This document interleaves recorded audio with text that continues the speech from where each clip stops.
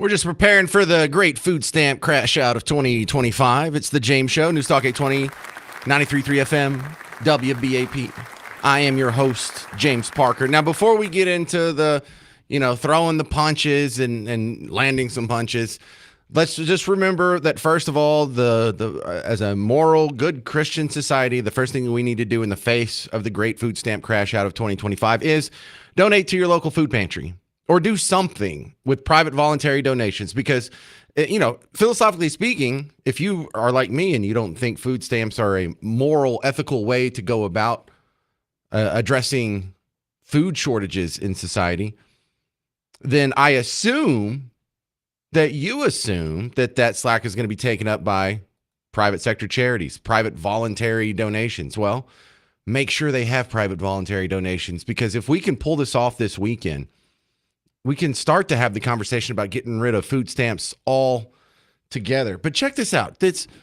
I also want to prove these people wrong who say that we just can't do it with food banks alone. We've just got to have the federal government doing it. Really? This is ABC News. Check this out. I am 34 years old, and I am the mother of two boys, 8 and 3. For Simone Wilkes, the shutdown isn't about politics. It's about survival. My stomach dropped. Because I'm already struggling. I'm already stretching food. She's one of 42 million Americans who rely on SNAP, the federal program that helps families afford groceries. But with the government shutdown dragging into a fourth week, those benefits could be cut off as early as November 1st.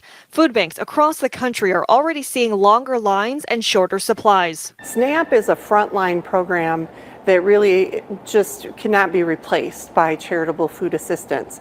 We have over 1.4 million recipients. Wait, did you hear that? That's the part I want to address. I'll continue the package in just a second. It just can't be replaced by charitable food assistance. So you're saying we don't have the resources to do it, but we have the resources to take the money from us by force, send it to DC, and they can do it? No. We clearly have the resources to do it.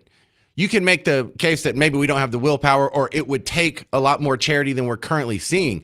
But the idea that we just can't do it without the federal government, that's the part that ticks me off and I'm pushing back on here. SNAP is a frontline program that really just cannot be replaced by charitable food assistance. We have over 1.4 million recipients on the program here in the state of Michigan. So there will be an influx of more people coming to our food pantry lines. In Rhode Island, the impact is already being felt. When you think about in terms of SNAP going away, that's a $29 million hit to the state every single month. So that's $1 million a day that's not coming in SNAP benefits. And there is no way that we can food bank our way out of it. For Simone, it's not. There's the other one. There's no way we can food bank our way out of it. Of course we can. Of course, you act like, well, that's $29 million a day. That's being, taken out of your economy? No. That's $29 million a day that's not being taken from the taxpayers, and they're going to get to spend it, not the food stamp recipients. This movie isn't coming from some fairy in the clouds.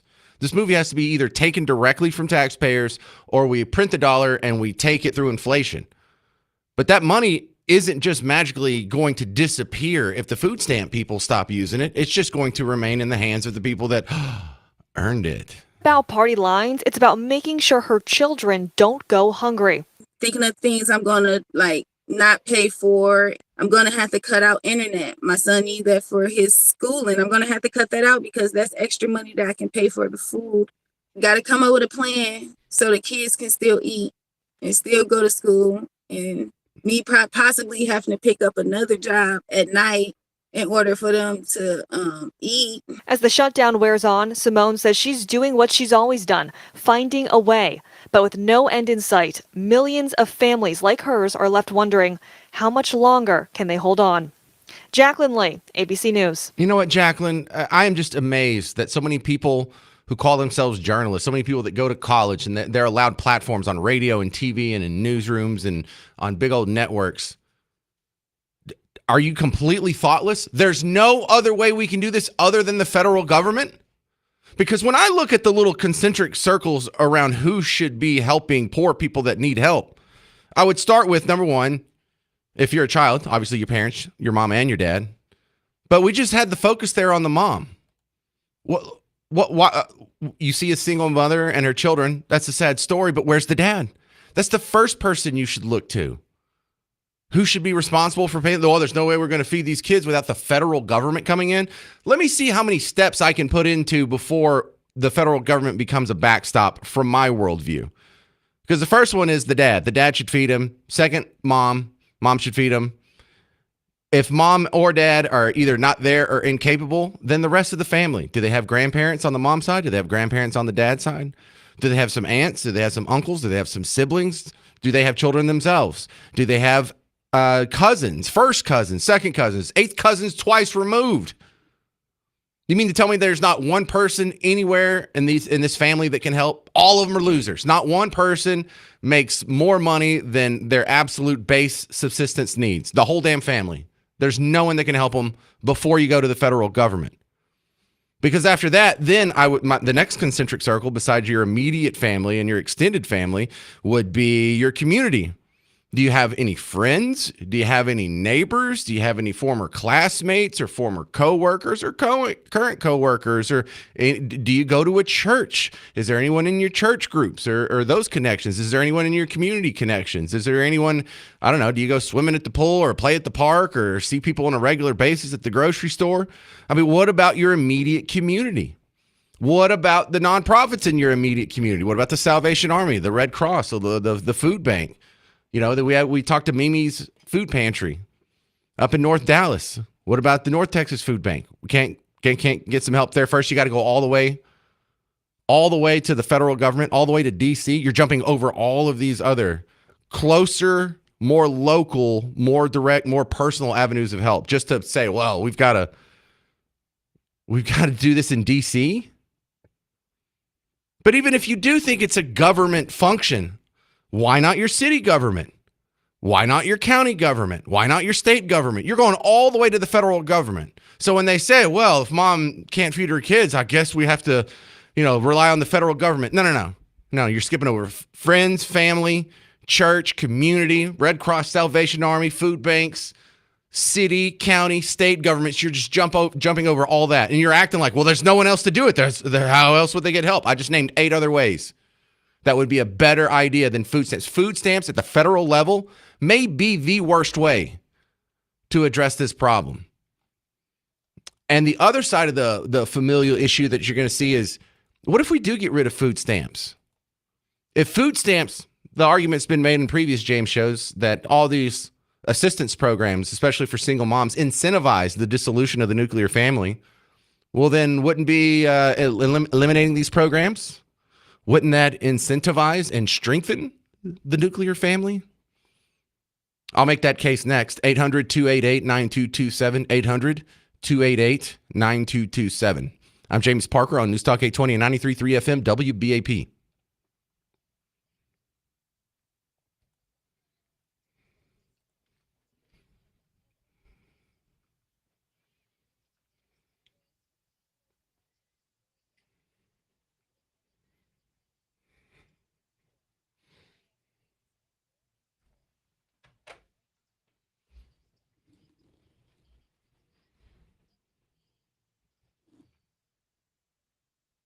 Well, hello, football fans. James Parker here for the Prize Picks app. There's the Thursday night game tonight, Miami, Baltimore, and some of these stats look pretty good. Tua has 0.5 passing touchdowns.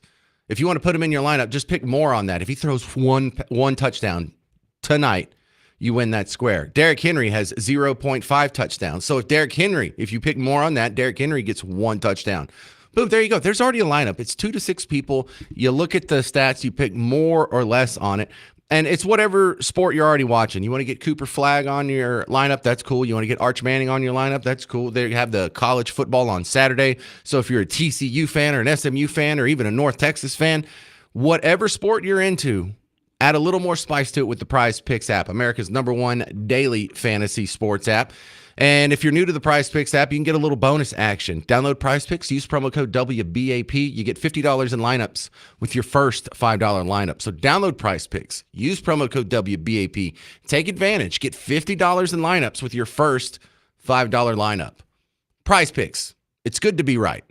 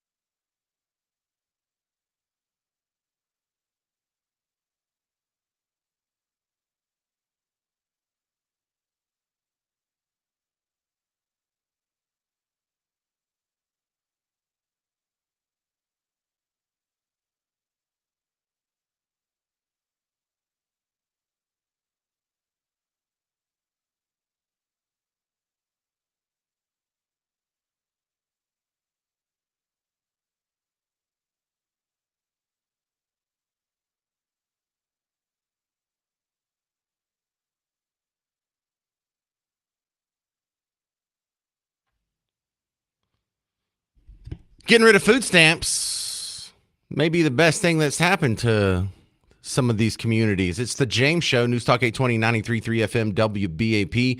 We're bracing for the great food stamp crash out of 2025. If nothing else changes, food stamp cards will not be refilled for November over the weekend. And there's been a lot of speculation about what we could see. Is there going to be mass shoplifting? Is there going to be mass theft? Is there going to be a run on the food banks? Is there going to be a swell of charity that rises up and helps out?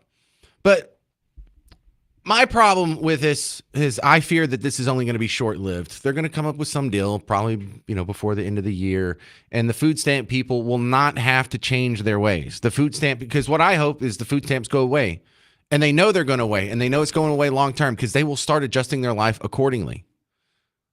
And so for some people, that means they will go back to work or maybe go to work for the first time. I don't know what the situation is. For some people, they may have to move in with their parents or get a roommate or get some other help from another family member or move in with their grandparents. I don't know.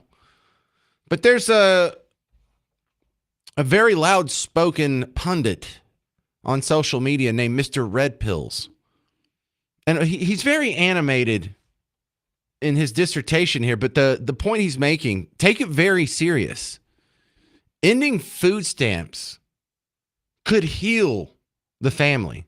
Now, he's talking specifically about his own community, the black community here, but take out the racial angle and what he's saying here. This applies just as much to white people, Hispanic people, people of any race. One of the biggest problems we have in modern America is the dissolution of the nuclear family and the results of that. And when you remove this one big financial incentive, this could bring families back together. This could save, this could reunite the failing American family. Food stamps gone. Section 8 gone. All your SNAP and EBT benefits gone. Now you got to go back to Tyrone. Woo! I think this is great. We have just single-handedly saved the black family. Why? Because Tasha can't run out on Tyrone anytime she get mad and think the government going to take care of her. Tasha can't leave Tyrone and think that the kids going to eat. Tasha can't leave Tyrone and think she going to get a free rent. Tasha can't depend on the government because years ago, black women turned their back on black men for government assistance, for food stamps, for Section 8, for welfare, for WIC, for all the things that black men bring into their household. They said, no, we don't need that. I'll go file to the government and they'll give it to me. Trump said, hell no. Woo! Now you're going to have to start choosing better. Woo! Now women are going to have babies with men that actually want to have babies with them. Woo! Now women are going to have to vet their partners and not be able to just hit them up for a check every time and think they can live off the government. Woo! This is amazing. You're going to see more wives and less baby mamas. You're going to see more two-parent households because it's going to be a family unit because success is a team sport. You're going to see women go back to their men, go back to their child's father and try to work things out and not childishly run out to the next. Why? Because Donald Trump and the government don't got your back no more. Because you can't go over there and get free food stamps and sell them bitches 40 for the 80. Because you don't have a $72 rent anymore. Because now you're going to have to figure it out. And the only person that's left is that black man that you walked out on years ago. Donald Trump did it with this one, and I'm here for it. Queens, go back to your kings and work it out. Baby mamas, go back to your baby daddies and become wives. It's time for us to work together. This is actually amazing. No longer will you be incentivized by quitting on your household. No longer will you be incentivized by quitting on your marriage. No longer will you be incentivized by quitting on that black man. You are no longer incentivized to leave. So baby, you either pay or stay. Dang. Now that was good. Because ultimately what we could learn here is this whole experience in the matriarchy has failed. You've run men off. You've dissolved the family. You've thrown out all our traditions and mores and all our cultural norms that got us here. You've tried to replace it with government, and it didn't work. There's no replacement for a dad. Just like there's no replacement for a mom, but there's no replacement for a dad. And it's not just the food stamps. Studies show that children brought up in a single mother home 5 times more likely to commit suicide, 9 times more likely to drop out of high school, 10 times more likely to abuse chemical substances, 14 times more likely to commit rape, 20 times more likely to end up in prison, 32 times more likely to run away from home. This isn't just about food stamps. This isn't just about food. This is about family. This is about returning to the societal traditions that made us the #1 country in the first place. And this is about healing families. 35% of boys with a present biological father will obtain a college degree. Just 14% of boys who do not have a present biological father obtain a college degree. So it's not just food, it's crime, it's addiction, it's financial success, it's everything. It's rolled up in this one. We have a great opportunity here, but we can't drop the ball. We have to donate to food banks. We have to rise up and meet the challenge this new challenge that's going to be put on the private sector charity system. We're not used to this. We're going to have to expand capacity. But if we do, the payoffs are going to be huge. 800-288-9227. 800-288-9227. All right, coming up next on the James Show, DART is facing some real challenges here. And it's now Plano raised their head and said they're going to have a meeting on whether or not they put DART on the ballot to be repealed, to be kicked out of Plano, which I thought is awesome. Since they said that, Farmers Branch has raised their hand. They're like, hey, that sounds like a good discussion we want to have. Highland Park raised their hand and said, don't leave us out. So do we have really a full-fledged DART revolt happening in North Texas? A long overdue revolt against one of the most embarrassing and expensive failures in civil engineering history, Dallas area rapid transit. And my next guest is going to help break it down. Shelby Williams, a former Plano city councilman who's now running for county commission in Collin County. Oh, that is 2:45. All right, well, he's coming up in 2 segments. I'm sorry, I'm just getting really excited about this. Right, in the next segment, I'm going to be setting up the conversation I'm having with Shelby at 2:45 because I have some sound bites to go with it. I have some history to go with it. But the beginning of the end for DART, I'm pretty excited about it. That's next on The James Show. News Talk 820, 93.3 FM, WBAP.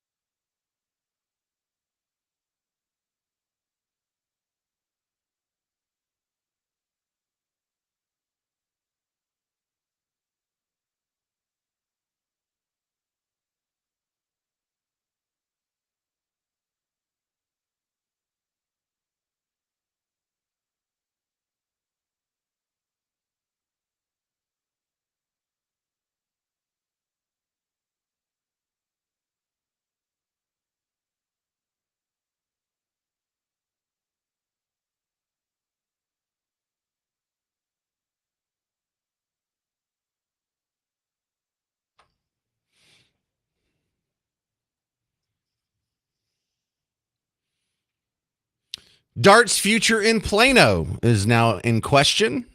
I'm James Parker. It's the James Show, News Talk 820, 93.3 FM, WBAP. It's being reported like that's a terrible thing. I'm over here reporting like that's finally done. Can we get rid of Dart? Dart, Dallas Area Rapid Transit for you transplants. It's been a bane of our existence. It's been more costly than what's promised. It's delivered fewer results and ridership than promised. It hasn't done much to help traffic. It's full of crime. It's full of homeless people. It smells. There's some urinary issues sometimes when I've been on a bus. And finally, we have a just a ray of hope. And I don't know, Plano, are you just messing with my heart here? Don't just give me hope to take it away. Here's the report from WFAA. Bound Shiloh now arriving track 1. Dart's days-old Silver Line has trouble on the tracks ahead. Breaks my heart that these actions are being taken. The head of the transit agency calls it devastating, the move by 3 member cities to consider elections to leave Dart.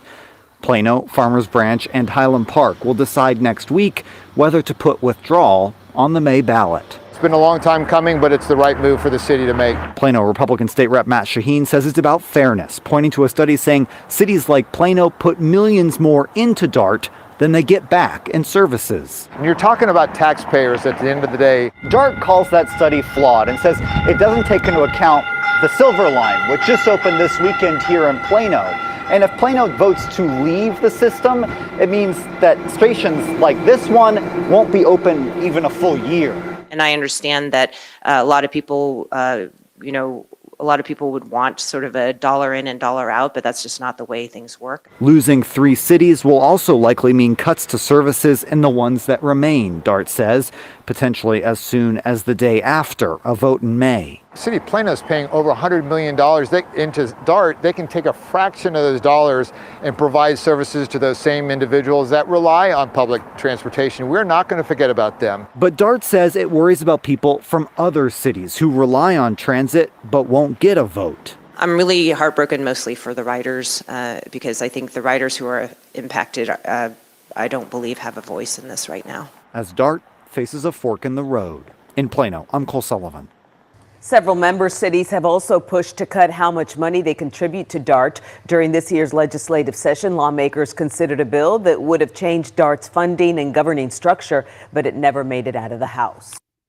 Okay, so now let's start talking about this Dart situation here, because Dart has been built on a throne of lies. That's where Dart sits right now. If you go back to 1983, this is where you need to start the Dart story, because this is where the Dart story started. In 1983, when Dart was just a fantasy that was presented to the voters in North Texas, they were handing out brochures. They didn't have websites yet, but they were having public meetings. And in their written plan, they were promising you, but by at this point, Dart would only have about 25 to 35 employees.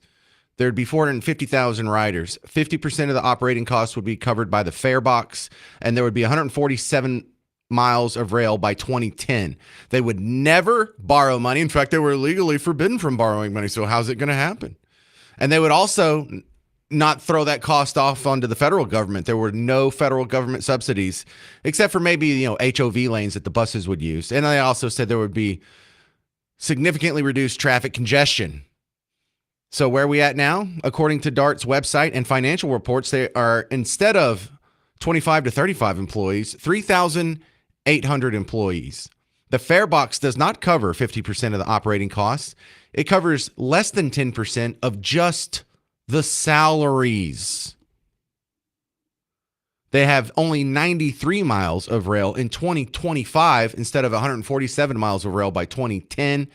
And not only did they break their promise to not borrow money, they owe $3.8 billion. When I say they, I mean you, taxpayers in North Texas, owe $3.8 billion on DART's behalf. And of course, they also broke the promise to not get federal subsidies. They've applied for federal subsidies. They've received billions from the federal government. So this is a big boondoggle that was built on lies, that didn't live up to any of its promises. And it's finally being challenged. A 2023 study, I saw this in the Dallas Express, a 2023 study said Plano gives $109.6 million in sales taxes to DART, but receives only $44.6 million in services. So they're just flushing $65 million down the train tracks there, and they can't see any return on it. Now, you could say that's a flawed study, but that'd have to be an incredibly flawed study. Someone is losing money on this deal. But how bad does it have to be? The average people in Plano that are willing to go to the ballot box in an off-year election, can we get a plurality of them to vote this down? Because once Plano steps aside, Farmers Branch, Highland Park, they're probably going to step aside too. What's left to hold it up? 800-288-9227. Coming up next, Shelby Williams, a guy who's been fighting against DART, formerly on the Plano City Council, now running for Collin County Commissioner. He might be the one guy in town that hates DART as much as I do, and he'll give you some inside tips on how we can influence the powers that be in Plano and maybe spell the beginning of the end for DART. I'm James Parker. It's News Talk 820, 93.3 FM, WBAP.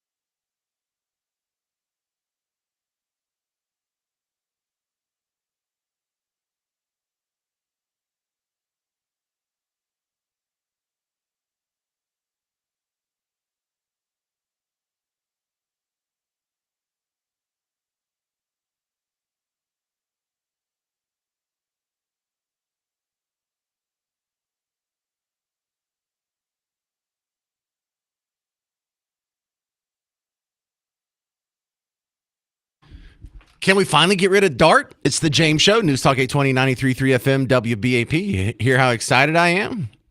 I hate DART. I hate DART with the hot, hot heat of 1,000 suns. One of the reasons why I hate it so much is because I had to write it for a few months. And I realized what a terrible, terrible lifestyle that we're trying to force people into.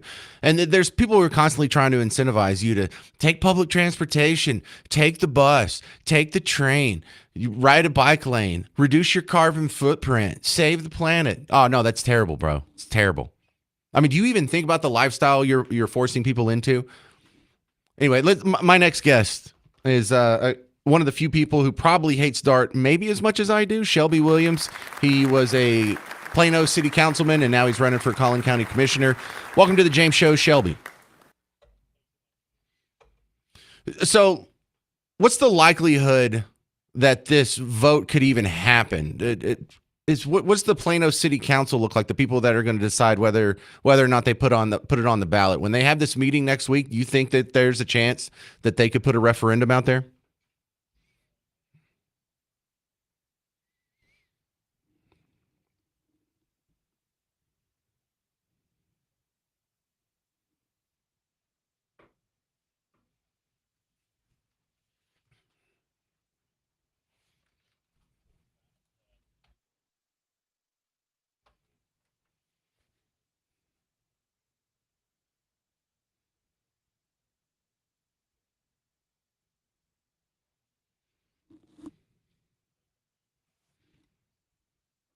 So when we talk about putting it on the ballot, would this be on the one that is next November in 2026?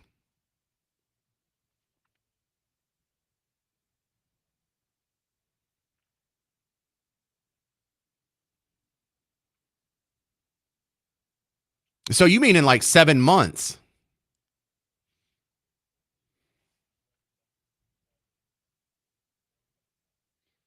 Well, wouldn't that be a good thing? Because the smaller and less popular an election is, the easier you can get the result you want.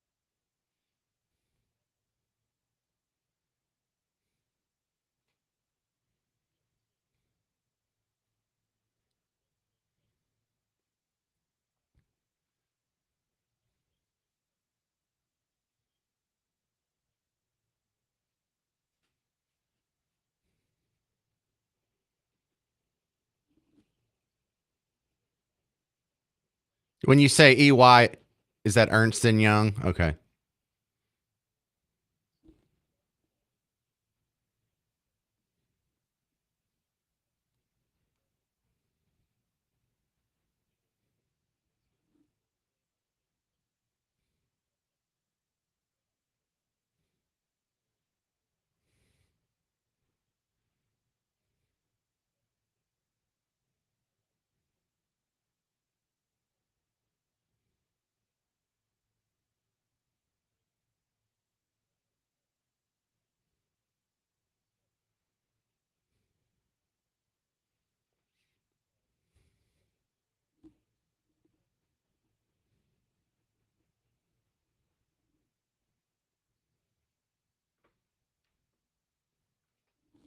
All right, Shelby Williams, who are these people that are fighting against DART? Are these just individual citizens, or is this like they're a hero movement? What is this?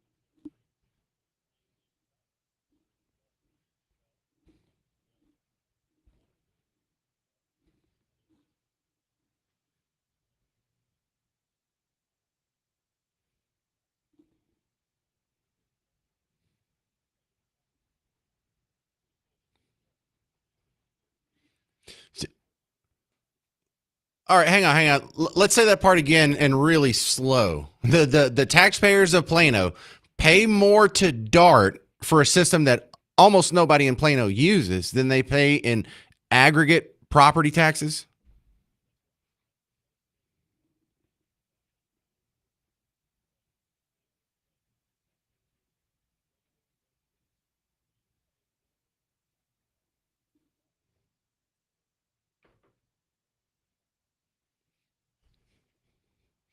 So one of the hard answers I've tried to find is how many people actually use Dart, and because I want to find out the cost per user.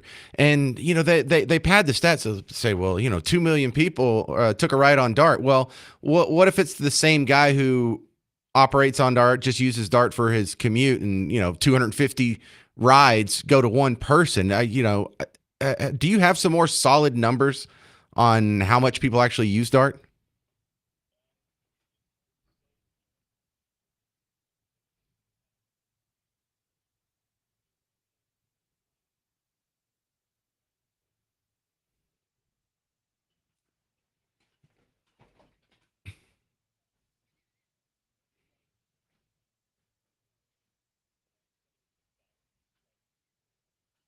No way.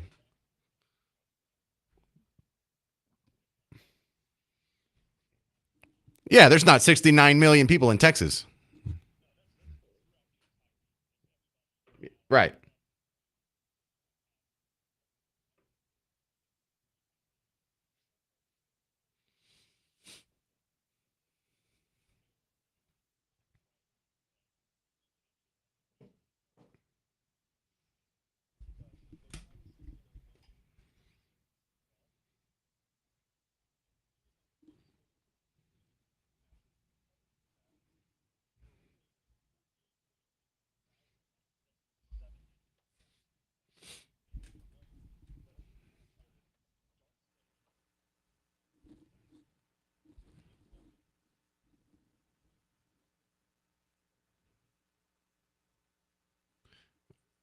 We see where this is going. Hang on just a second. We're talking with Shelby Williams about the idea of DART finally, possibly, maybe going away.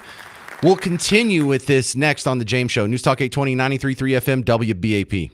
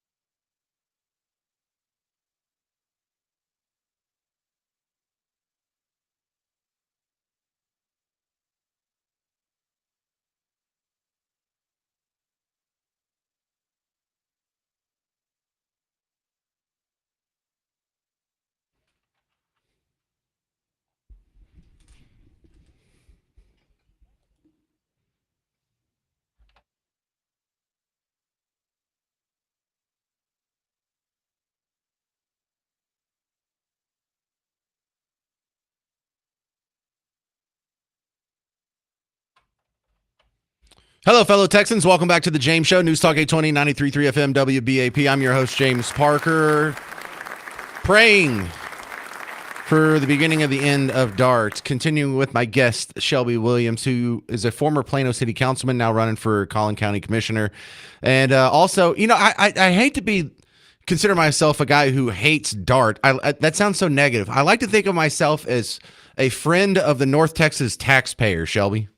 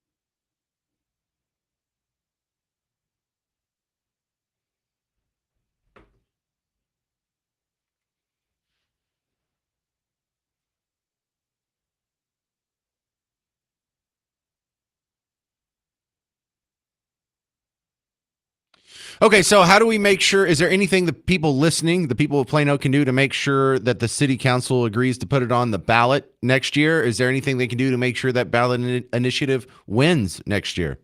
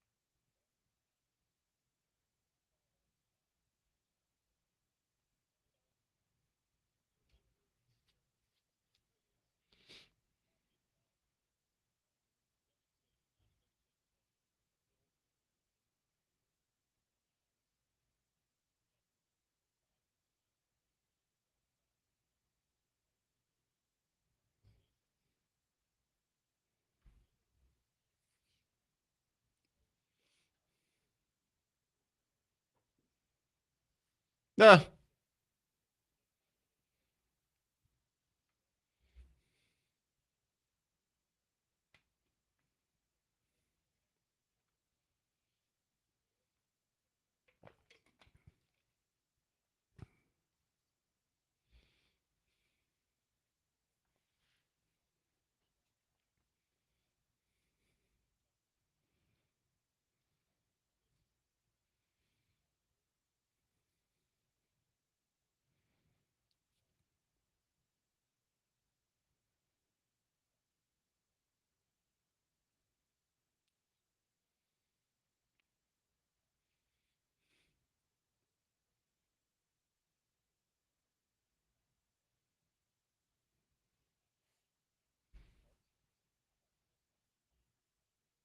right, right.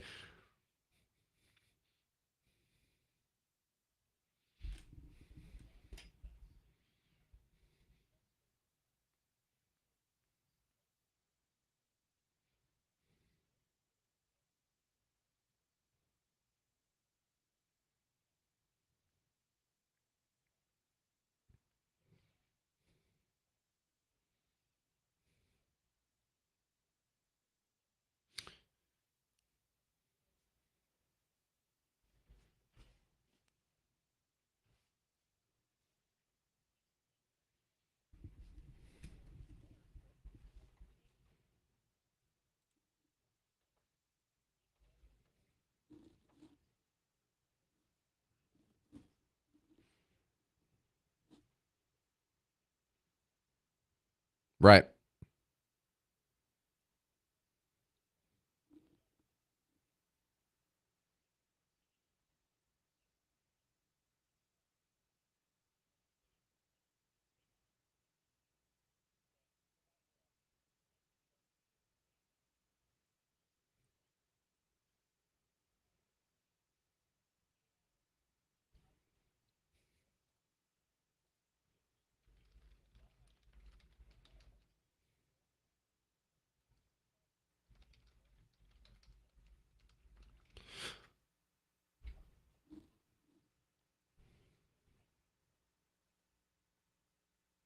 Yeah. So I tried to do a similar calculation, and it came down to my rough guess was it was about $6,000 per rider per year, and so that's $500 a month. You could get someone a pretty recent Toyota Corolla for that instead of all these trains and these tracks and these buses and all this other stuff. All right, Shelby, I'm out of time, but I really appreciate the assist here because I hate Dart with the hot heat of 1,000 suns, and the idea that it might be able to finally be put to bed just gets me kind of excited. So I appreciate it, sir. Is this your website, Shelby H. Williams?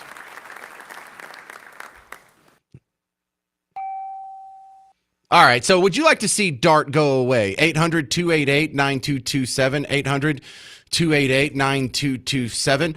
Not only do I think this is a good idea for Dart to go away, but I think Dart's demise might prevent some other terrible ideas that are floating around from even being tried. And we'll talk about that next on The James Show. News Talk 820, 93.3 FM, WBAP.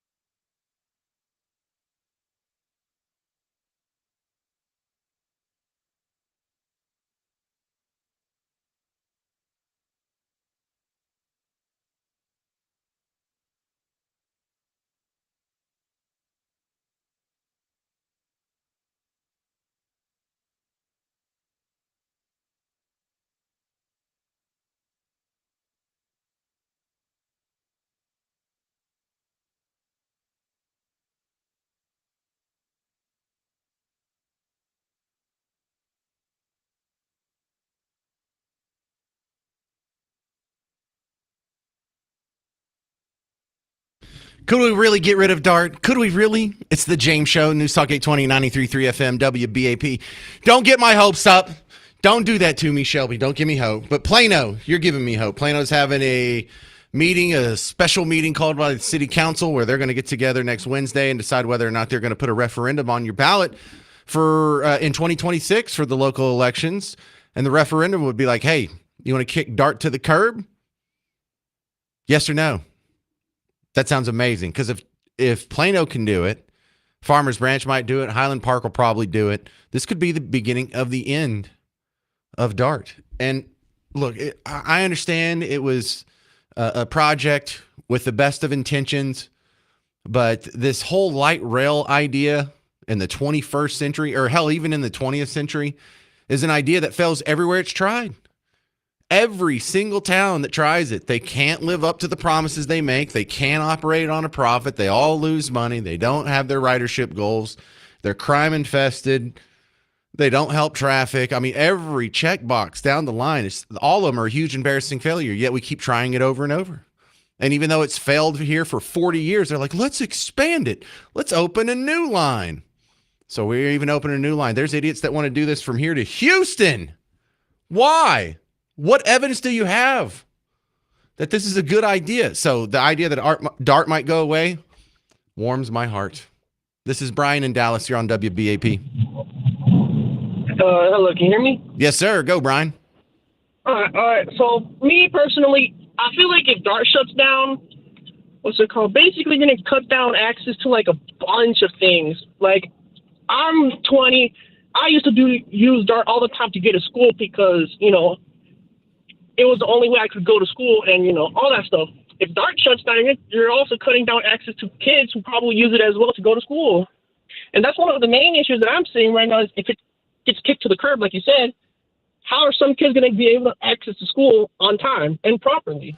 Brian, I would guess something to the order of 95% of school students don't have access to public transportation systems, and they still make it to school. Where I lived growing up, we didn't have public transportation, so somehow I still made it to school without public transportation. Where my kids and I live now, they don't have access to public transportation. Somehow they still make it to school. Brian, the idea that we need to spend billions of dollars on public transportations or kids aren't going to be able to make it to school is ridiculous. It's silly. In fact, it's the exception. The norm is kids making it to school without public transportation. I mean, what's it called? A dad? Is that what you're asking for? A dad? What do you mean? Well, because that's who took me to school. And, on Mondays, I take my kids to school. Exactly. I never really had parents who could take me to school because, they'll be working 6 a.m. until like 8 in the afternoon. Sure. All right. How about we send you a school bus and we cancel DART and we just send a school bus instead? I mean, the school bus really falls on the education system, and since they're also cutting that too, there's like nothing a lot of people can do. But Brian, how do you explain this thought pattern for people who live in rural areas? Do you think they all deserve a publicly financed ride to school? I mean, yeah, everybody deserves access to school just because they live out a little farther than they should be. Okay, so how do people in the country do it, but people in the city can't? I mean, it just depends. Because they're adults and they figure it out. The truth is you don't need DART to make sure kids go to school. Almost everywhere in America gets their kids to school without a public transportation system, Brian. Man, I really thought I'd get through to you before the phone call was over. This is Ryan in Dallas. You're on WBAP.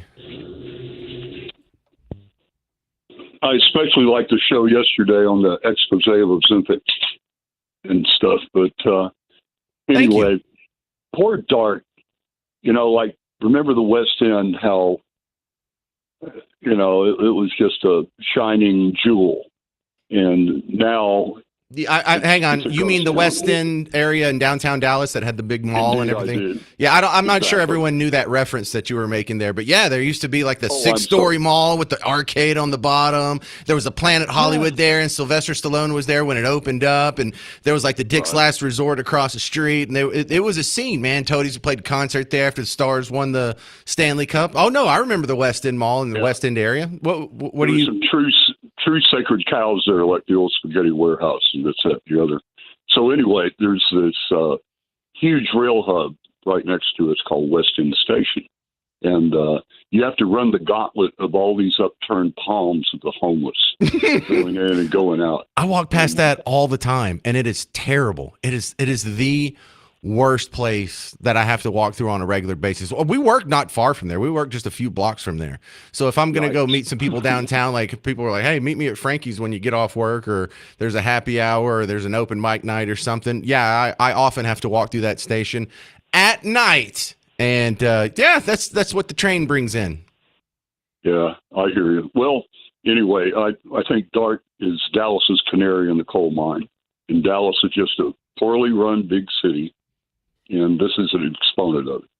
So anyway, stay there and pitch. Well, look, I will, but I think DART is the opposite of the canary in the coal mine. If we can snuff this canary out ourselves, that shows us that we actually do better than most big cities, that we recognize failed big boondoggle programs that persist in other cities. Because they have the same issue with the public transportation garbage in New Orleans. In fact, New Orleans might be even dumber because they have all the streetcars that are absolutely useless, but they're so cute and they look like New Orleans, and they just flush money down the toilet every bit as bad as we do. But this is something that I find confounding because it's a huge embarrassing failure everywhere it's tried, but every other city, once they get to a certain size, they're like, hey, we need to do that. And my question is, why? Where has this worked? Where has it not been a drain on the taxpayers? Where has it actually lived up to its expectations? I'm just shocked that these public transportation problems persist when we have this much information on them. This is Kenneth and Grapevine. You're on WBAP. Kenneth and Grapevine. Going once, going twice. I got you, buddy. Okay, Can go, you hear Kenneth. me? Yeah. Yeah, hi. I'm a retired VA employee, and I did ride the DART for a while. It was convenient because the government paid for my ticket, and I live out in the Colleyville area, so I'd have to go down to catch the TRE and then take that all the way downtown Dallas and then ride it on down into basically Cliff area there where the VA is in Dallas. I was an accountant there. Well, at any rate, it got to be where the crime was getting so bad. I had my phone stolen from me a couple of times. You have these thugs on there.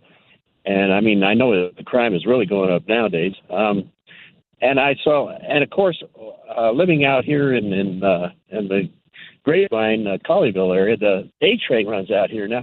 I never see anybody ever riding that thing. It's like, what are we paying money for this? So I'm really against paying a lot of money for something that really doesn't get utilized and is not very safe.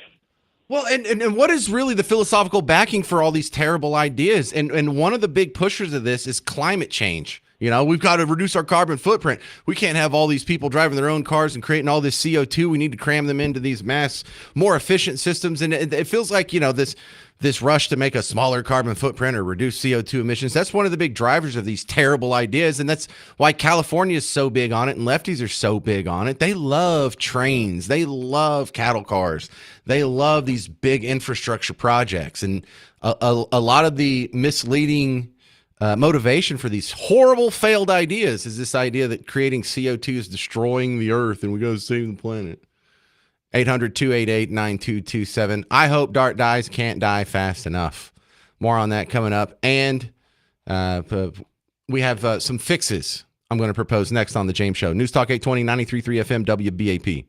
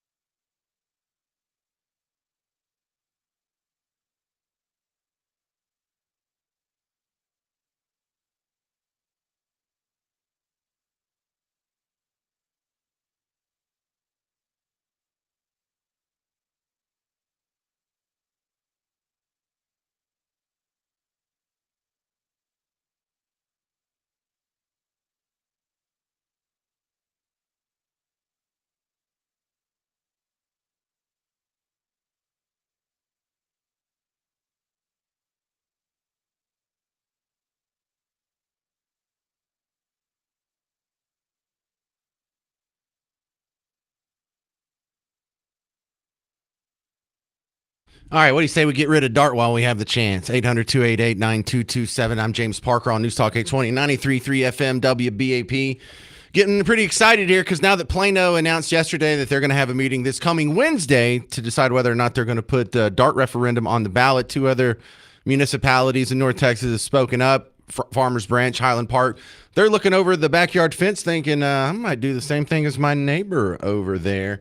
And I'm over here just cheering it along. It can't go away fast enough. All right, this is Al in Garland. You're on WBAP. Hello. Hey, Al, go. I just wanted to advocate for the people because I grew up in a single parent home, 105, and going to school, I had to walk about 2 miles, and I just knew people that had to catch the bus or the train. And I took it going to college, and, there's just a lot of people that take it. And I think getting rid of it, there's pros and cons both ways. And so. Well, there's not a whole lot of pros. And I'm not saying that there's zero pros. I'm saying the cons far outweigh the pros. Because people call in every time this comes up, and they're like, well, listen, I used it one time, and it was kind of helpful. And I'm not saying DART never helps anyone at any time. But let me put it to you like this. What if I taxed you $300 on your next check and I gave you a pepperoni pizza in exchange? Would you think that's a good program? No. All right. Now, Al, how would you feel if you went on the radio and you're like, we need to cut this pizza program?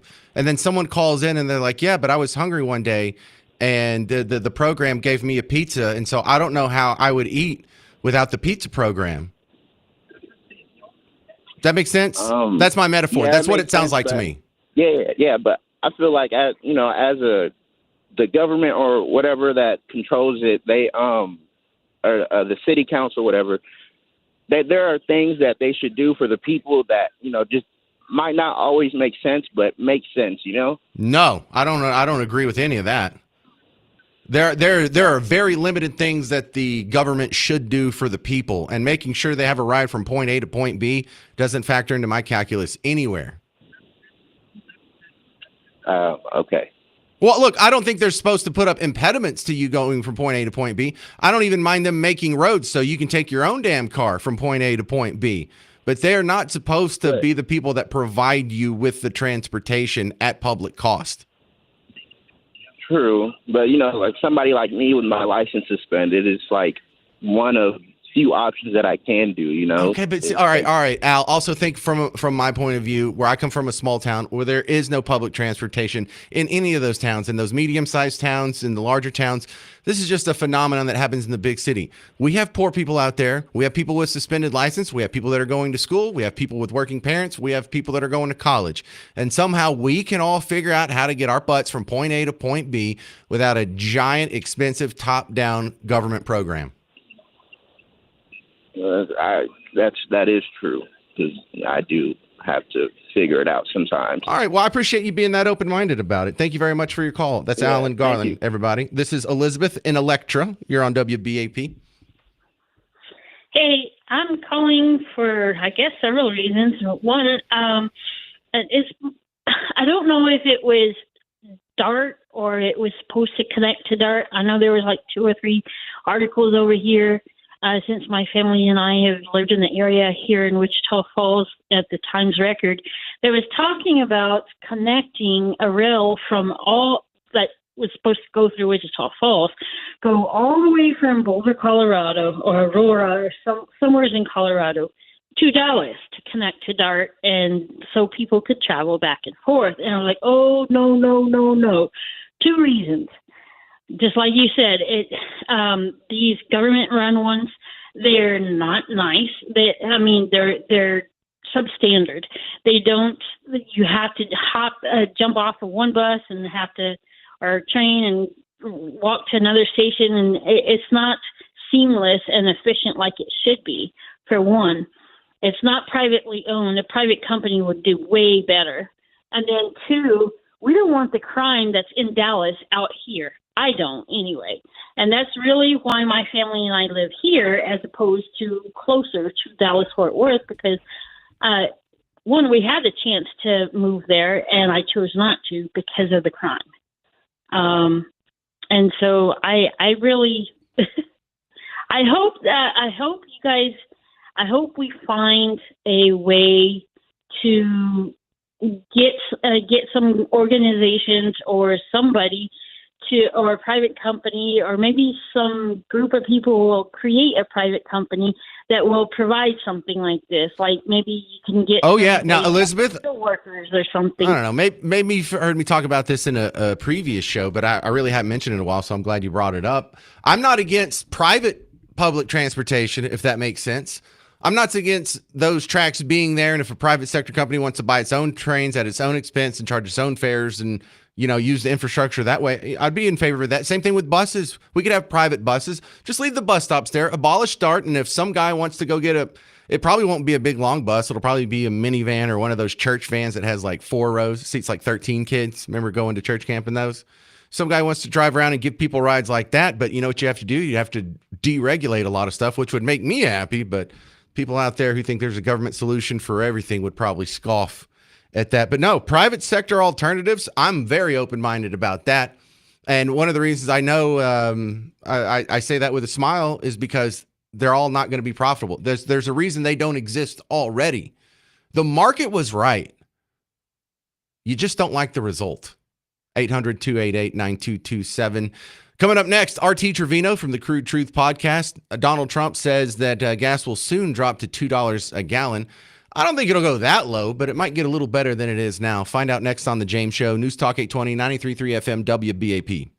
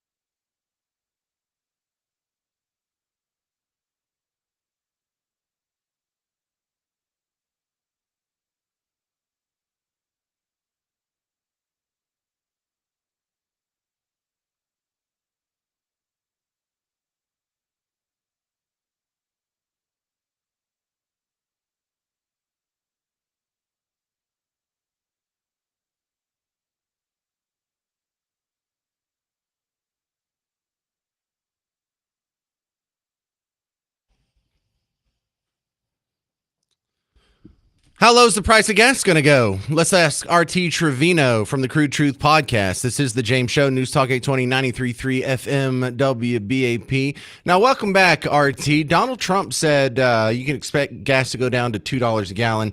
Now, I think that's going to be a bit of a stretch, because $2 isn't the same as $2 was 10 years ago. But do you see it going much lower than it is now?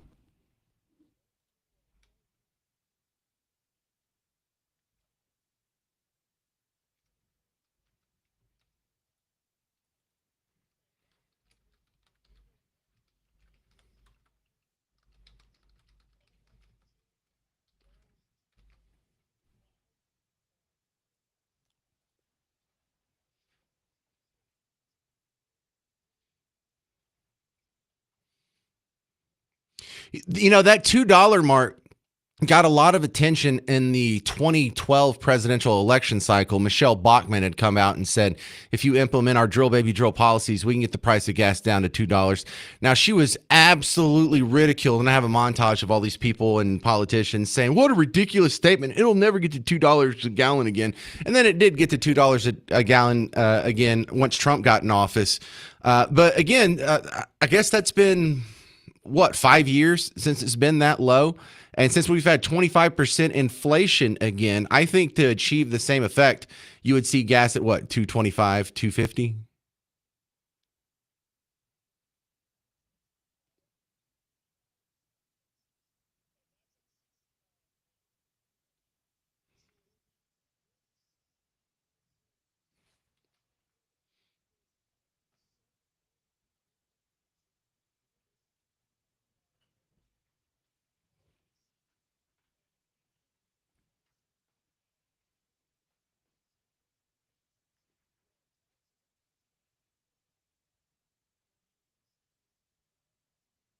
That would be a big wow moment. Now, I've been telling you to watch Landman. Did you watch it yet? But did you see the first season? Okay. So he gives the price range, and it's kind of similar to what you mentioned here, but he's responding to the idea that the oil company's bending over backwards to work on their PR to prove that they're like energy friendly or they're planet friendly or whatever. But listen to this little soliloquy from John Hamm's character. Shut the up. My God, this is why I don't come to these things. Y'all have been in so many shareholder meetings, you forgot what it is we actually do for a living. We are well diggers. We don't, nor can we ever control how our product is used or what it is used for. There's nothing I can do to make an engine run cleaner because I don't build engines. I don't care what the governor of California says about electric vehicles. I don't care how many career college students block London traffic or spray paint a sculpture. I care that the price of oil stays between $76 and $88 a barrel. That is what we should be discussing. The world has already convinced itself that you are evil and I am evil for providing them the one thing they interact with every day, and they will not be convinced otherwise. Stop wasting your time and stop wasting mine. So $76 to $88 was his range. Does that sound about right?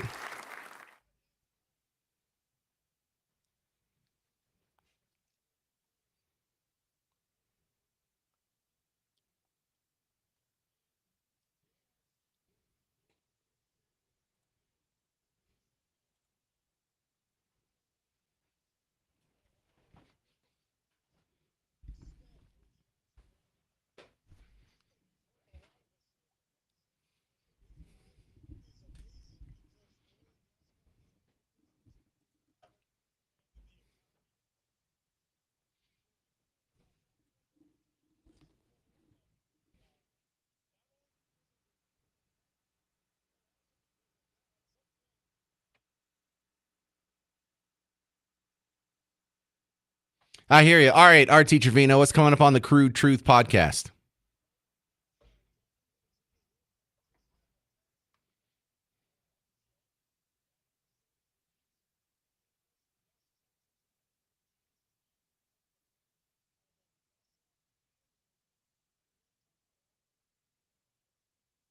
All right, there he is, RT Trevino from the Crude Truth Podcast. Thank you very much for being on the James Show, sir.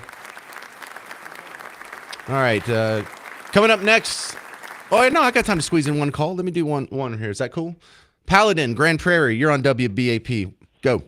Yeah, we in Grand Prairie city council and the constituents were wise enough to not join DART back when it first started. Amen to And that. Good job with Garland. Credit. Y'all get points. No. Grand Prairie. Grand Prairie. Oh yeah, it is Grand Prairie on my screen. I'm dumb. Go ahead. But anyway, we have benefited from having that half a cent sales tax in our own coffers to be able to use it how we wish.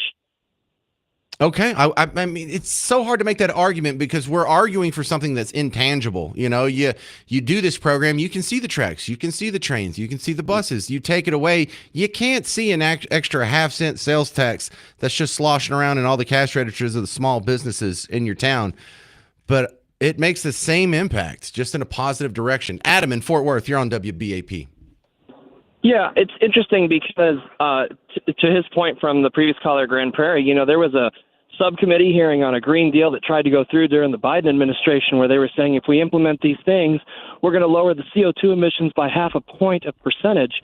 And the experts all across the board from both sides of the political aisle had actually said, you know, in the thousands of years the Earth has been running, you know, because that number is debatable, the amount of CO2 has never been up or down more than 1.5%. And the effect that it hasn't deterred the climate at all. So that argument was shut down. And then with all of the safety briefings coming out on how unsafe public transit is all across the country, I'm surprised more people aren't actually protesting to say, hey, let's put the money somewhere else. We rode trains 100 years ago.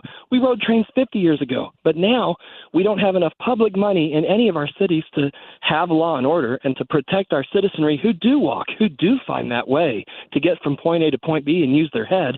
And they're the ones that are going to suffer because they won't have the safety they need. Even with the trains getting refunded, it's millions of dollars just to put one technician on a train to fix a rail line. I love all That's that. money that should be spent in law and order. Good stuff. That's Adam in Fort Worth making a bunch of good points. Coming up next, Matt Walsh says food stamps should come with the weight requirement. 800-288-9227. I'm James Parker. It's News Talk 820, 93.3 FM WBAP.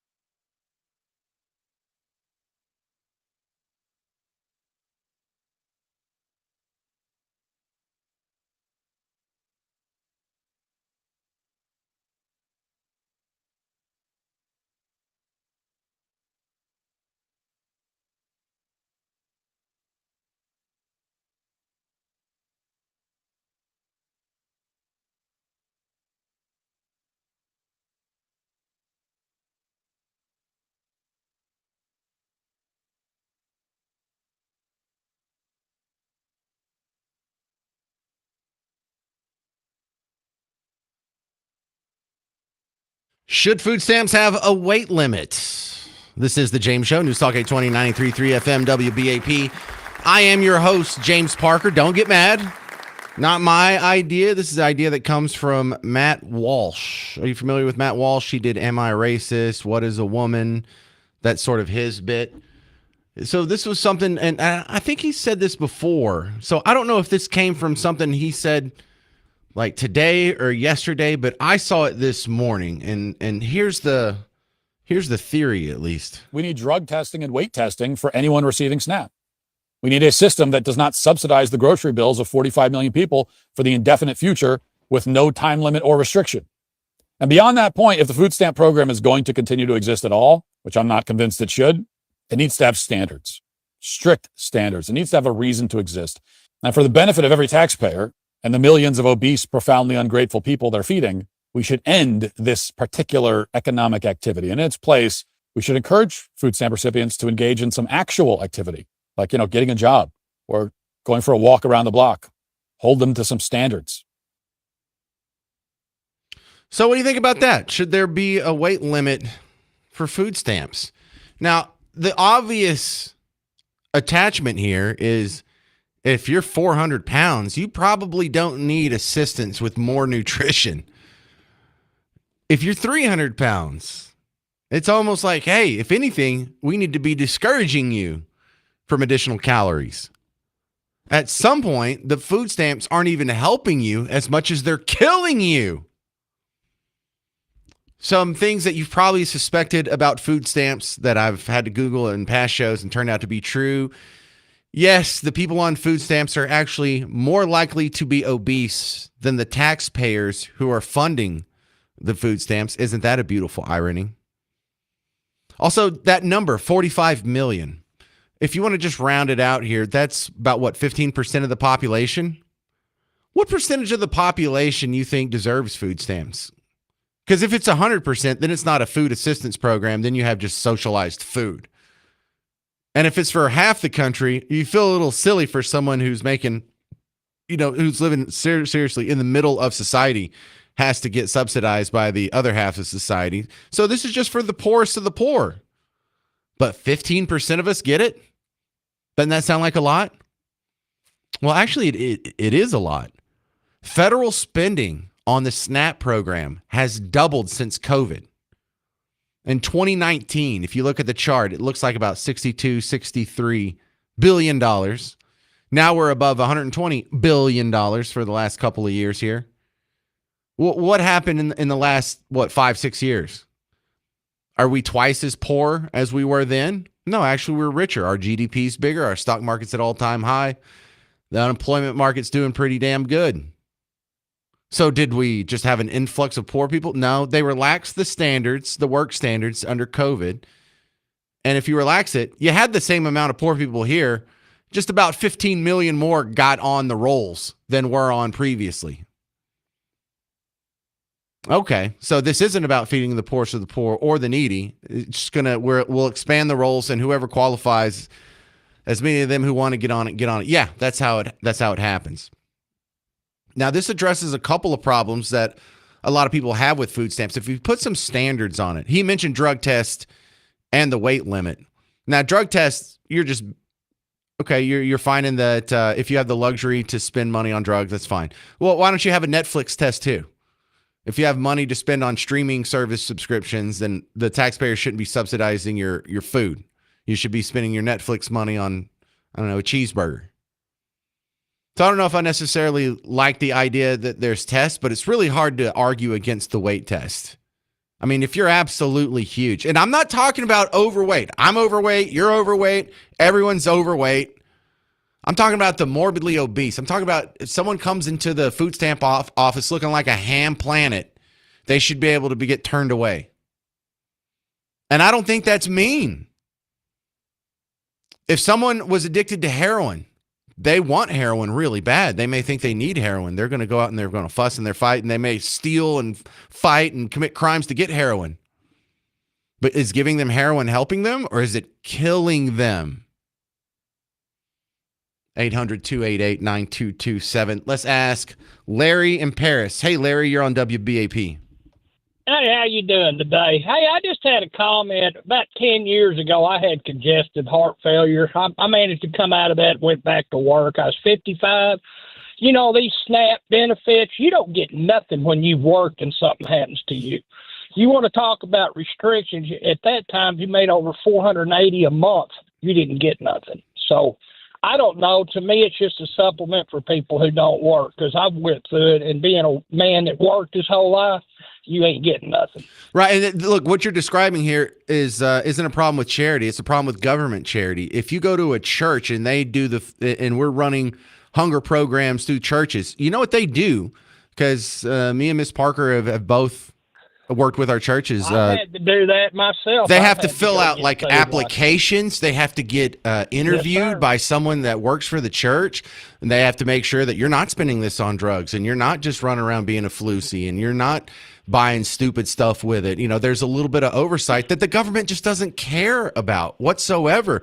Well, they don't care about me unless I'm working, paying taxes. Once something happens to you and you're a man that's worked, or a woman their whole life, you go and try to get some assistance to get on your feet. It don't happen, man. There's so much stipulations, and it's ungodly. I mean, whoever thinks that a household could make $500 a month and not need help? But that's just the reality of it. As of me, I'm a God-fearing man. God got me through it. He'll get me through the next trouble. Well, I did a bit on my radio show like 10 years ago. I think seriously it was 2015.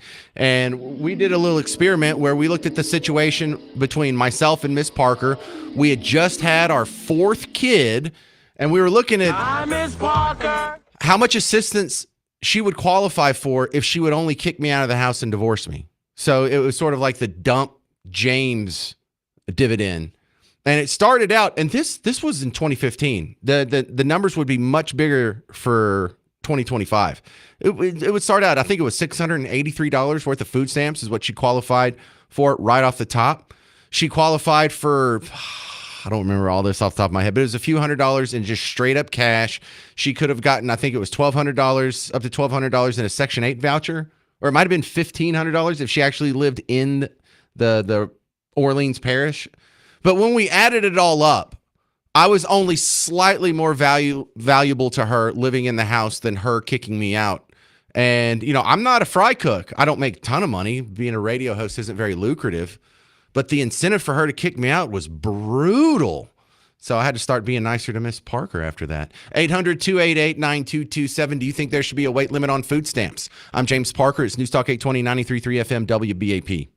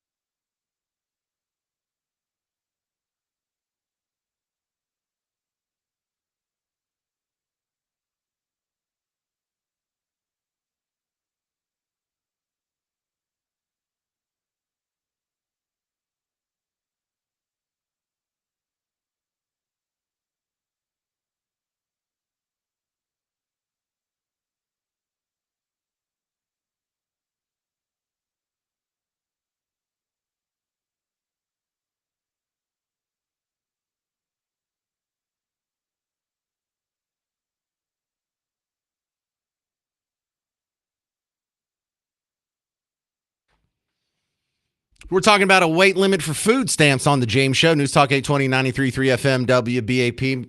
Before you throw rotten tomatoes at me, it's not my idea. It's the idea of Matt Walsh. We need drug testing and weight testing for anyone receiving SNAP.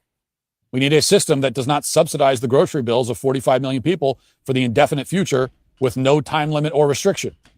And beyond that point, if the food stamp program is going to continue to exist at all, which I'm not convinced it should, it needs to have standards, strict standards. It needs to have a reason to exist.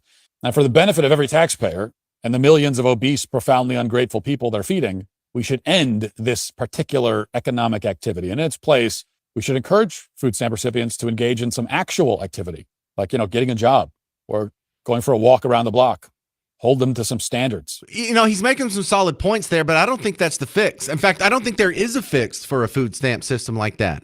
I understand why he would want to do it, but do you understand how much better the private sector alternatives are to the food stamp system? You want them to eat food. You don't want them to waste it on sodas and junk foods and Little Debbies and Twinkies. Do what the food banks do. Look what the food banks do. What do they hand them?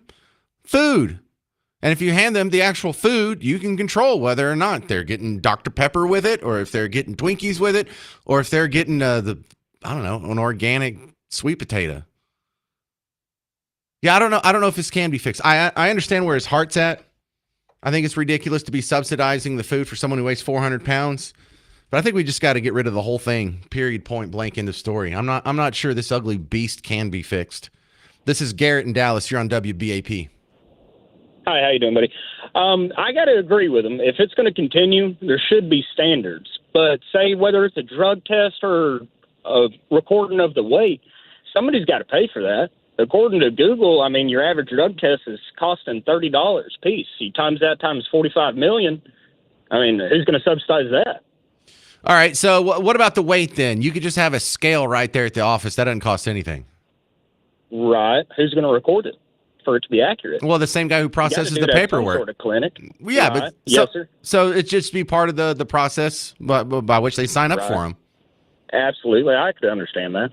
Yeah, I can understand that. Now, the drug thing would be expensive. The weight thing, it wouldn't be expensive. I just think we should scrap it all together. I get where the people's heart's at, and it does seem like a good idea compared to not having any kind of standards on it.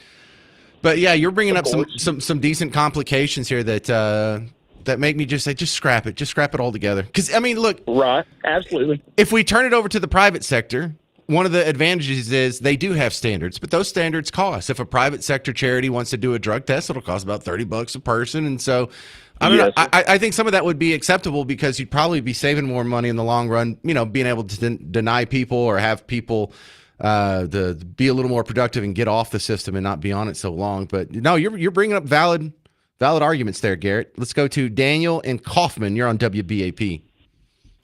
Hey, James, I got something better. Instead of giving, a family $800 a month in food stamps, if there's 3 family members in that household, you get 2,000 calories. So when they swipe that card, it's not money system that they're burning up money. They're allotted so many calories. So if they want to buy a bag of chips and a pack of oatmeal cream pies, then they're not going to eat for the rest of the week. That's on them. That's their decision. All right. What do you think about that? How would that work out? I don't know. How would you do that? So every grocery store now has to have a database system that includes the calorie count on all their items? Well, it's going to have some kind of way to keep track of it because when they swipe that card, they got a certain amount of money on there. Yeah, well, I'm just thinking as like from an IT standpoint, you could do that through the UPC code symbol. You'd have to add another field to your database array that included calorie counts. I don't like it being on a card. If you want to control their calorie count or you want to control what they do and don't eat, I think you do what the food pantries do. And instead of handing them money or a debit card, you hand them a box of food. I think that's the only way you can really control it. Because even if you do have the calorie deficit counter, whatever it is on there, a lot of people are going to do what they do with the cards already. It's like, hey, I've got $800 on this card. I'll sell it to you for $400. And so I've got 8,000 calories on this card. I'll sell it to you for $50, and then they'll still go get the Twinkies. That's the flawed part of the system. That's the flawed part of the system from the beginning. Agree. Well, and totally correct, which makes me say I understand the need or the want to put standards on it, but I think we just have to scrap the whole thing. I don't think it is savable. Thank you, Daniel. Yes, sir. Marie in McKinney, you're on WBAP. Hey, James. Thanks for taking my call again. So I am 100% not in favor of the SNAP program. I remember back in the 60s, you can age me right now, when I was a child, there may have been food stamps, but it was not prolific. Back in those days, people had the commodities. The communities, about once a month, they would have a open pantry, similar to what you're talking about with the food bank. Yeah, and that's where we got government cheese from, right? Right. Cheese, flour, eggs, basics. You can cook and you can survive on the commodities. And they were free and they were given out, in portions to families, but none of the Dr. Pepper and none of the Well, here's what I don't like about the commodities pantry. How did the government come to be in possession of such vast amounts of cheese and flour? Well, they have to buy it. Yeah. So they ended up owning this stuff because they were subsidizing something, which I already disagree with. It's because they were doing, protectionist policies for some preferred industry. So it's probably the senator and the Congress people from Wisconsin that did the cheese subsidies. And it's, Iowa does the first vote in every presidential election cycle. So we're always throwing a ton of farm subsidies at middle America. So yeah, we shouldn't have had the cheese to begin with. That's the thing I don't like about the commodities program. Just another option, though. Thanks, James. Thank you very much. I'm glad people remember some of that, because my only time I saw government cheese is and Don't Be a Menace in the Hood, or when you're in South Central or something, whatever. The Marlon Wayans show where he was showing the foreplay and he melted the government cheese on her foot or something. It was stupid. This is Win in Capel. You're on WBAP. Hi, thanks for taking my call, James. I'm an old guy, and I was working in the 70s under Nixon. And in order to curb inflation and costs of food, they froze prices across the board and wages. So pretty much that stopped inflation. I know I wasn't happy about it because I was due a raise just before he did that and held me back. But heck, if you can't raise prices and you can't raise wages, that ought to help people buy stuff at the grocery. You're advocating price and wage controls? Hello? Yeah, you're in favor of wage and price controls? Yes. Okay. I mean, I'm not. Well, okay. I wasn't when it affected me, but looking back on it, it was a pretty good idea. So there have only been 2 times in American history, or in the last 100 years, that we've been driving automobiles, that Americans have had to wait in line all across the country for gasoline because there was a shortage. And that was the 2 times we tried to do price controls. Price controls lead to shortages. It's an economic law. It's not a theory. It's not a hypothesis. It's not a postulate. It's something that can't be avoided. So if you want something to be scarce, put price controls on it. Well, you're right, but it did work. Did it work? And I lived waiting in through line for gas is working? I lived through both of those, and part of the problem was that, once there's a shortage on something, people begin to hoard. That's the problem with that. Yeah, I'm still against price controls. Yeah, you survived it. You also survived like the 50% inflation that the 70s brought the dollar. But other than being denied a raise and having to wait for gas prices and the worst inflation that I think have ever had in this country. Yeah, the 70s, great economic policies. They did really well. 800-288-9227, 800-288-9227. Is anybody against weight limits for food stamps? I'm James Parker. It's News Talk 820, 93.3 FM, WBAP. Hey, homeowners. James Parker here for RhinoShieldDFW.com. If it's about time to paint your house, or look, even if you don't need to paint your house, you're looking at the old bricks and you're seeing how some of your neighbors in the neighborhood have colored their bricks. They painted over them, and that looks nice, and it looks modern, and it looks fresh, and it looks new, and it matches your G-Wagon in the circle driveway. Listen, don't paint your bricks. Rhino Shield works on bricks too. In fact, Rhino Shield works on pretty much everything that's been tried.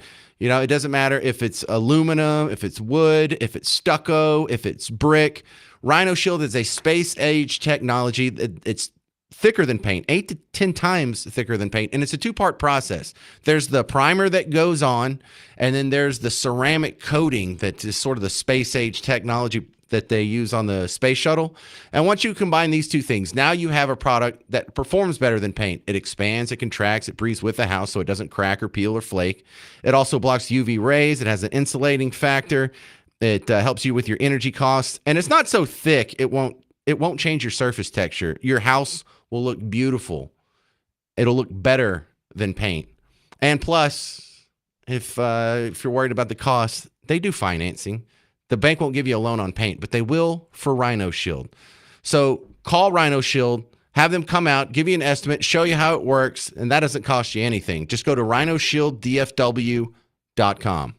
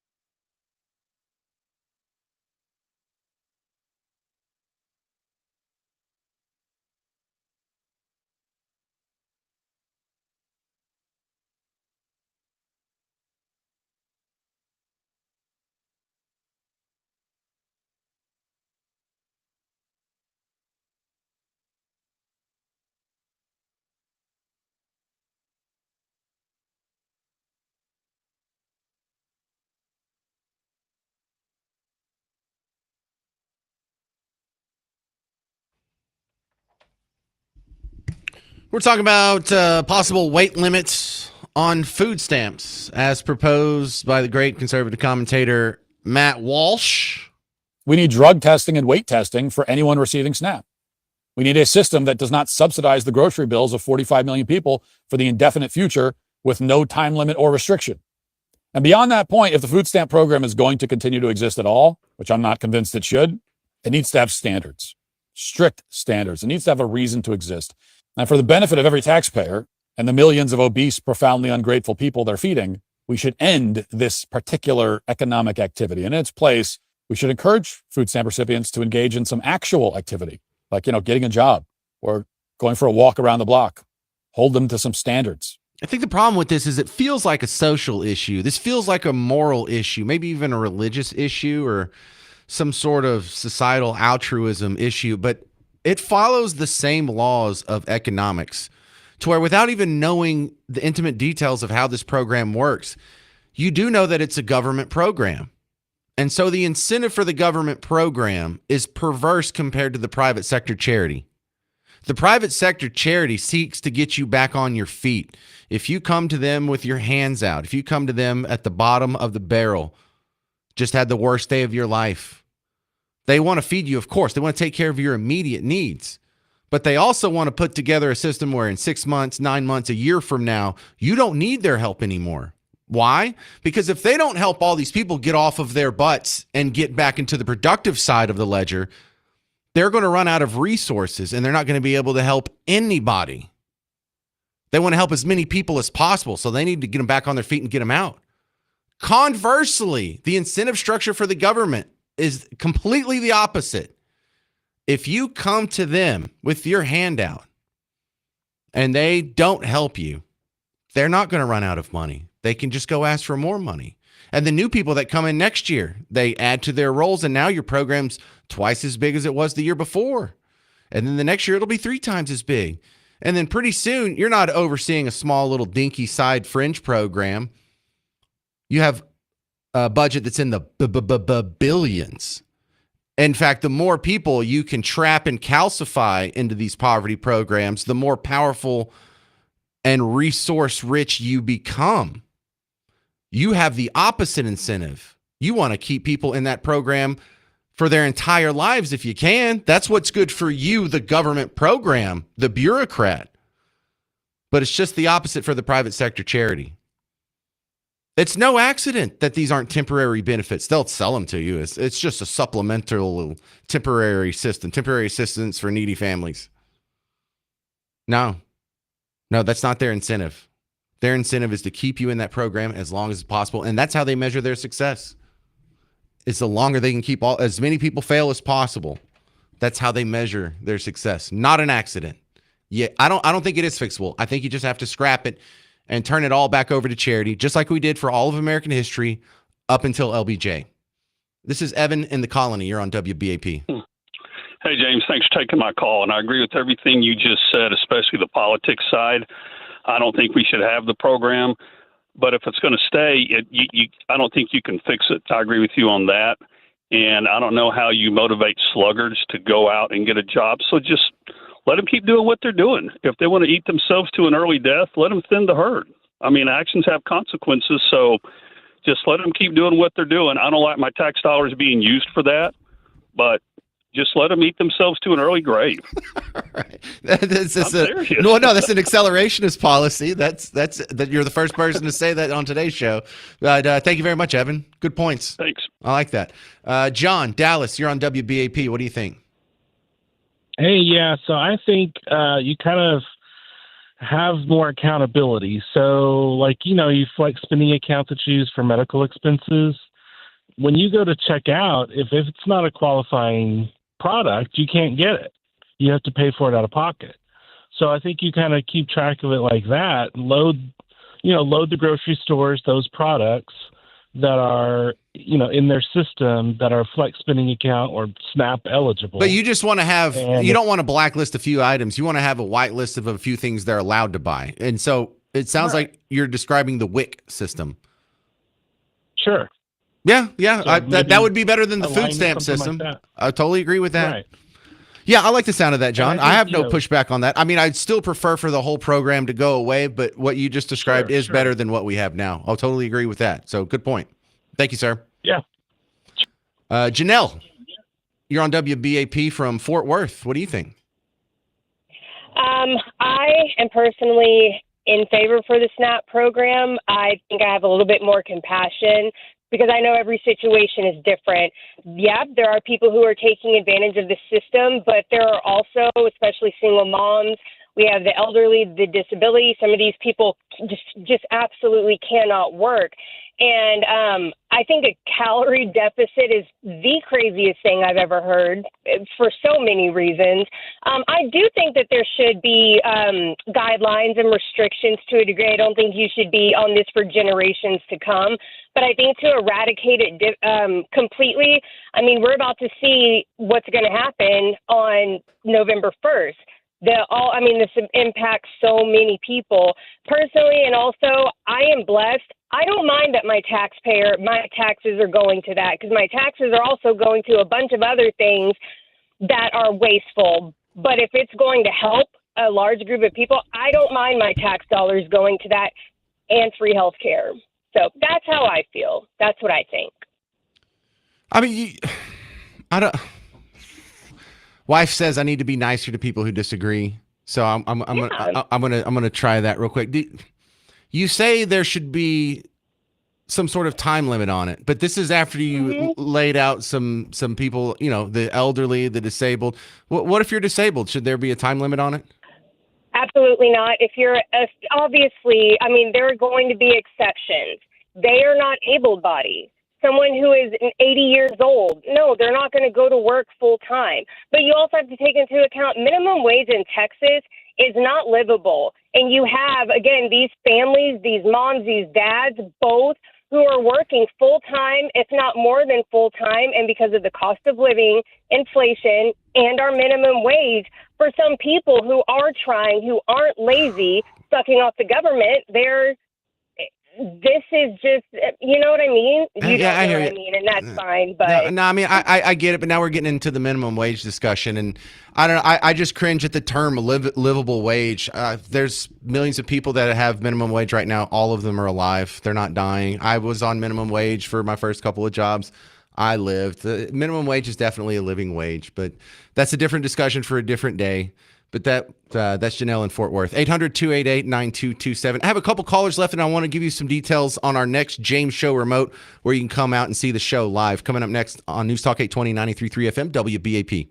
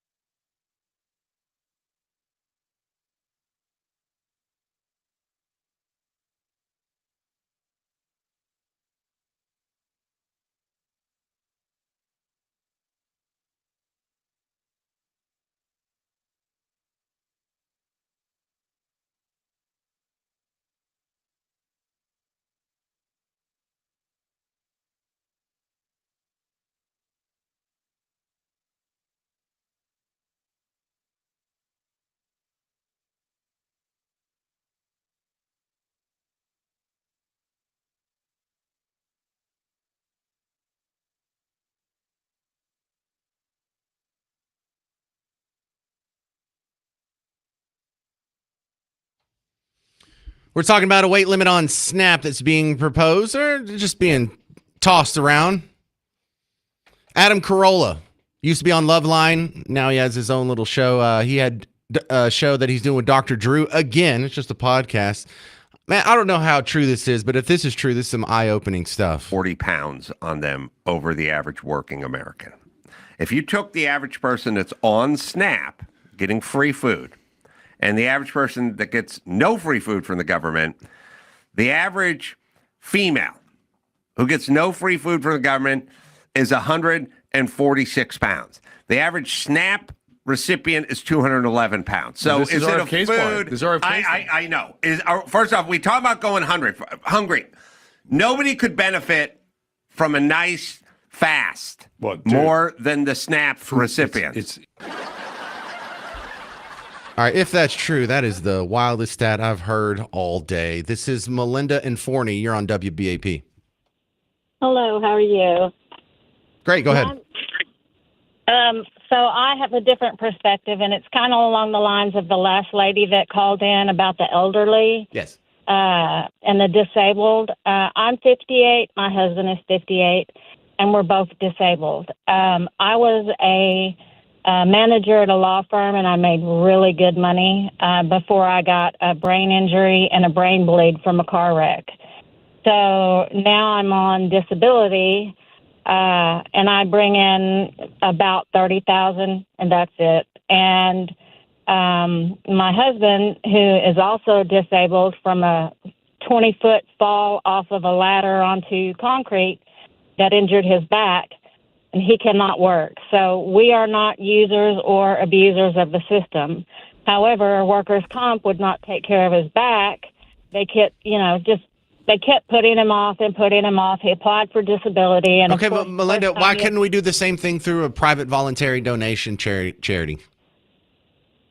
Well, I can tell you that we don't qualify for SNAP, but we get. I'm not talking about government programs. I'm saying what if we didn't have all these government programs as how society dealt with people in your situation, and we turned it back over to the private sector just like it used to be until LBJ? Well, I would agree with that. I don't necessarily care about SNAP. I don't qualify for it. We get food from the food pantry. But in regards to health care, I have Medicare. My husband does not, because when they denied him, he just gave up. All right. I got to run. Melinda, thank you for sharing your story here. James Parker and the James Show, we're going on the road to the National Medal of Honor Museum for a live broadcast November 11th. In fact, the whole WBAP crew is going to be there. Casey's going to be broadcasting live from 9 to 11. Then the morning show with Hal J. and Ernie and Carla and Monty. They're going to be available for a meet and greet at the table while Markley Van Camp and Robbins is on between Casey and myself, and then I'll be doing my show live at that same table from 2 to 5. So come on out. It's that new building in Arlington right next to the Cowboy Stadium, the one on stilts. It's the National Medal of Honor Museum, and we'll be doing live broadcasts there from WBAP in honor of Veterans Day. Stick around. Mark Levin's coming up next. I'm James Parker. This has been The James Show on News Talk 820 and 93.3 FM WBAP.